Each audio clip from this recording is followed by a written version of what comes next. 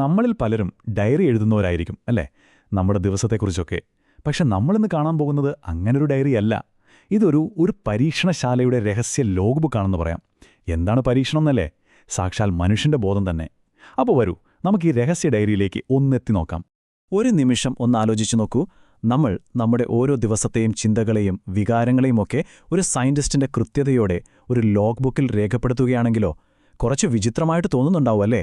പക്ഷെ ഒരാൾ ഒരു ദശാബ്ദത്തോളം, അതായത് 10 വർഷത്തോളം ഇത് ചെയ്തിരുന്നു. അപ്പോൾ ഇതൊരു സാധാരണ ഡയറിക്കുറിപ്പായിരുന്നില്ല എന്ന് മനസ്സിലായല്ലോ. ഒരു ദശാബ്ദത്തിൽ കൂടുതൽ കാലം നീണ്ടുനിന്ന, ഏകദേശം 1912 തൊട്ട് 1927 വരെ മനുഷ്യ മനസ്സിന്റെ സാധ്യതകൾ എത്രത്തോളമുണ്ടെന്ന് കണ്ടെത്താനുള്ള ഒരു വലിയ പരീക്ഷണമായിരുന്നു അത്. ആ രേഖകളെയാണ് നമ്മൾ യോഗരേഖ അല്ലെങ്കിൽ റെക്കോർഡ് ഓഫ് യോഗ എന്ന് വിളിക്കുന്നത്. അതാണ് നമ്മളിന്ന് കാണാൻ പോകുന്നത്. അപ്പോ ആദ്യം തന്നെ ഒരു കാര്യം പറയട്ടെ. ഇത് തികച്ചും സ്വകാര്യമായി സൂക്ഷിച്ചിരുന്ന ഒരു രേഖയായിരുന്നു. ഒരു പബ്ലിക്കേഷനു വേണ്ടിയല്ല. ശരിക്കും പറഞ്ഞാൽ ഓരോ ദിവസവും അദ്ദേഹം നടത്തിയ ആന്തരിക പരീക്ഷണങ്ങളുടെ ഒരു ലോഗ് ബുക്ക്. വീണ്ടും ഓർമ്മിപ്പിക്കുകയാണ്, ഇത് പ്രസിദ്ധീകരിക്കാൻ വേണ്ടി എഴുതിയ ഒന്നല്ല. അതുകൊണ്ട് തന്നെ ഇതിലൊട്ടും കളവില്ല, സത്യസന്ധമല്ലാത്ത ഒന്നുമില്ല.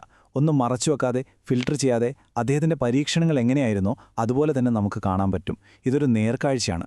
ഓക്കെ, അപ്പം ഇത്രയും വലിയൊരു പരീക്ഷണം എങ്ങനെയായിരിക്കും അദ്ദേഹം നടത്തിയിട്ടുണ്ടാവുക? ഇത് തോന്നിയ പോലെ എന്തൊക്കെയോ കുത്തിക്കുറിക്കുന്നൊരു ജേണൽ ആയിരുന്നില്ല കേട്ടോ.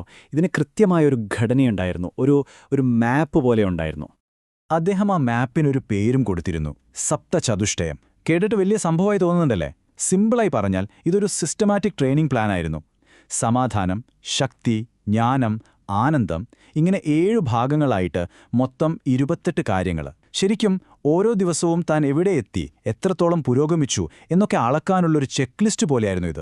ഇപ്പോൾ നിങ്ങൾ സ്ക്രീനിൽ കാണുന്നത് അദ്ദേഹത്തിന്റെ ഡയറിയിൽ നിന്നുള്ള ഒരു പേജാണ്. ഒരു രേഖാചിത്രം കണ്ടില്ലേ? ചിലപ്പോഴൊക്കെ വാക്കുകൾ കൊണ്ട് വിവരിക്കാൻ പറ്റാത്ത ചില ആന്തരിക അവസ്ഥകളും ഊർജ്ജപ്രവാഹങ്ങളുമൊക്കെ ഉണ്ടാകുമല്ലോ. അതൊക്കെ അദ്ദേഹം ഇങ്ങനെയാണ് വരച്ചിട്ടിരുന്നത്. ഇതായിരുന്നു അദ്ദേഹത്തിന്റെ ആ ഇന്നർ വേൾഡിന്റെ മാപ്പ്. ഇനി നമ്മൾ ഈ ഡയറിയിലെ ഏറ്റവും ഇൻട്രസ്റ്റിംഗ് ആയ, ഏറ്റവും കൗതുകം നിറഞ്ഞൊരു ഭാഗത്തേക്കാണ് പോകുന്നത്.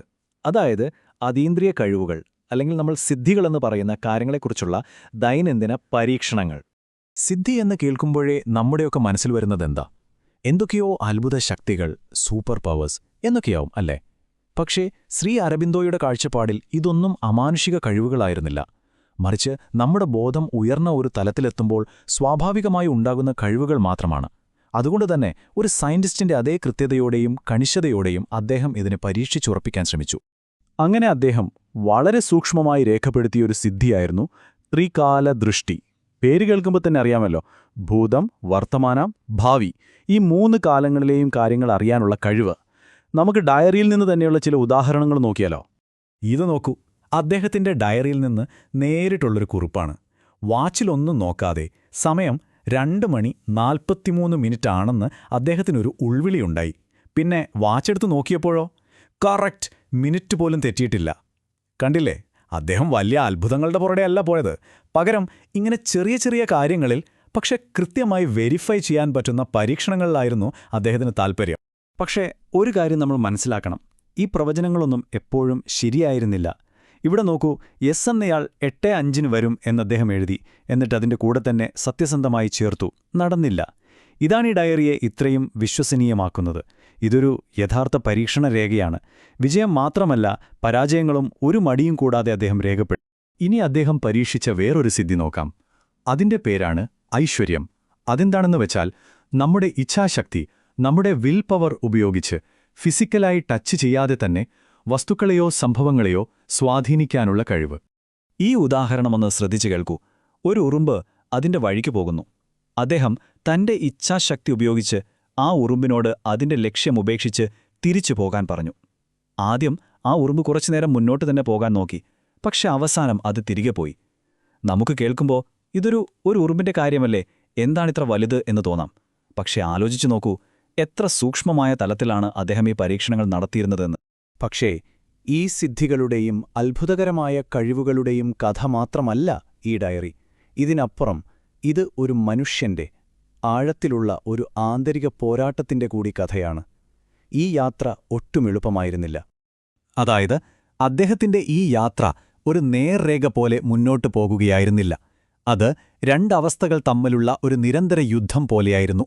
ഒരു വശത്ത് സിദ്ധി, അതായത് വിജയത്തിന്റെയും പൂർണ്ണതയുടെയും നിമിഷങ്ങൾ, മറുവശത്ത് അസിദ്ധി, പരാജയത്തിന്റെ, സംശയങ്ങളുടെ, നെഗറ്റീവ് ചിന്തകളുടെയൊക്കെ ആക്രമണങ്ങൾ. ഈ ഡയറി കുറിപ്പൊന്ന് വായിച്ചു നോക്കൂ. അസിദ്ധിയുടെ ഒരു കടുത്ത ആക്രമണം, എല്ലാത്തിലും ആശയക്കുഴപ്പവും ഇരുട്ടും, ക്ഷമയില്ലായ്മയും വിശ്വാസമില്ലായ്മയും. അദ്ദേഹത്തിൻ്റെ ആ മാനസിക സംഘർഷം നമുക്കിതിൽ നിന്ന് മനസ്സിലാക്കാം. ചില ദിവസങ്ങളിൽ സംശയങ്ങളും നിരാശയും അദ്ദേഹത്തെ വല്ലാതെ കീഴ്പ്പെടുത്തിയിരുന്നു. ഇത് ഈ യാത്രയുടെ ആ ഒരു മാനുഷികമായ വശം നമുക്ക് കൃത്യമായി കാണിച്ചു തരുന്നുണ്ട്. പക്ഷേ അത്തരം രൂക്ഷമായ ആക്രമണങ്ങൾ എന്ന് അദ്ദേഹം തന്നെ വിശേഷിപ്പിക്കുന്ന അവസ്ഥകളിലും ഒരു കാര്യം ശ്രദ്ധേയമാണ്. അദ്ദേഹം തന്റെ ആന്തരികമായ സമചിത്തത, ആ ഒരു ബാലൻസ് പൂർണ്ണമായി കൈവിട്ടില്ല. ഒരു നിരീക്ഷകനെപ്പോലെ, ഒരു സയന്റിസ്റ്റിനെപ്പോലെ അദ്ദേഹം ആ പരാജയങ്ങളെയും വിശകലനം ചെയ്തു. ഇത് അദ്ദേഹത്തിന്റെ ആ ഒരു അസാമാന്യമായ മനക്കരുത്തും സ്ഥിരോത്സാഹവുമാണ് കാണിക്കുന്നത്. ഓക്കെ, അപ്പോൾ ഇത്രയൊക്കെ കേട്ടുകഴിയുമ്പോൾ സ്വാഭാവികമായും ഒരു ചോദ്യം വരും. ഈ അത്ഭുതകരമായ സിദ്ധികളൊക്കെ നേടുക എന്നതായിരുന്നു ഈ 10 വർഷത്തിലധികം നീണ്ട കഠിനമായ പരിശ്രമത്തിന്റെ യഥാർത്ഥ ലക്ഷ്യം? ഉത്തരം അല്ല എന്നാണ്. അദ്ദേഹത്തിന്റെ തന്നെ വാക്കുകൾ കേൾക്കുമ്പോൾ നമുക്കത് വ്യക്തമാകും. ഈ സിദ്ധികളൊന്നും ലക്ഷ്യമായിരുന്നില്ല, മറിച്ച് ആഴത്തിലുള്ള ഒരു ആന്തരിക പരിവർത്തനം സംഭവിക്കുമ്പോൾ സ്വാഭാവികമായുണ്ടാകുന്ന ചില ഫലങ്ങൾ മാത്രം. ഒരു യാത്ര പോകുമ്പോൾ വഴിയരികിൽ കാണുന്ന ഭംഗിയുള്ള പൂക്കൾ പോലെ, അത്രയുള്ളൂ. അപ്പോൾ പിന്നെ എന്തായിരുന്നു യഥാർത്ഥ ലക്ഷ്യം? ആനന്ദം. പക്ഷെ നമ്മൾ സാധാരണ പറയുന്ന സന്തോഷമല്ല ഇത്. സാഹചര്യങ്ങൾ മാറുമ്പോൾ മാറുന്നൊന്നല്ല, മറിച്ച് സുഖത്തിനും ദുഃഖത്തിനും അതീതമായിട്ടുള്ള, പുറത്തെന്ത് നടന്നാലും ഒട്ടും ഇളക്കം തട്ടാത്ത ഒരു ശാശ്വതമായ ബോധാവസ്ഥ. അപ്പോൾ ചുരുക്കി പറഞ്ഞാൽ, ഈ വലിയ പരീക്ഷണത്തിന്റെ ആത്യന്തികമായ ലക്ഷ്യം എന്തെങ്കിലും അത്ഭുത സിദ്ധികൾ നേടുക എന്നതായിരുന്നില്ല. മറിച്ച് നമ്മുടെ പുറത്തുള്ള ലോകത്ത് എന്ത് തന്നെ സംഭവിച്ചാലും നമ്മുടെ ഉള്ളിൽ ആഴത്തിൽ ഇളക്കം തട്ടാത്തൊരു സമാധാനത്തിലും ആനന്ദത്തിലും സ്ഥിരമായി ജീവിക്കാൻ സാധിക്കുക, അതായിരുന്നു യഥാർത്ഥ ലക്ഷ്യം.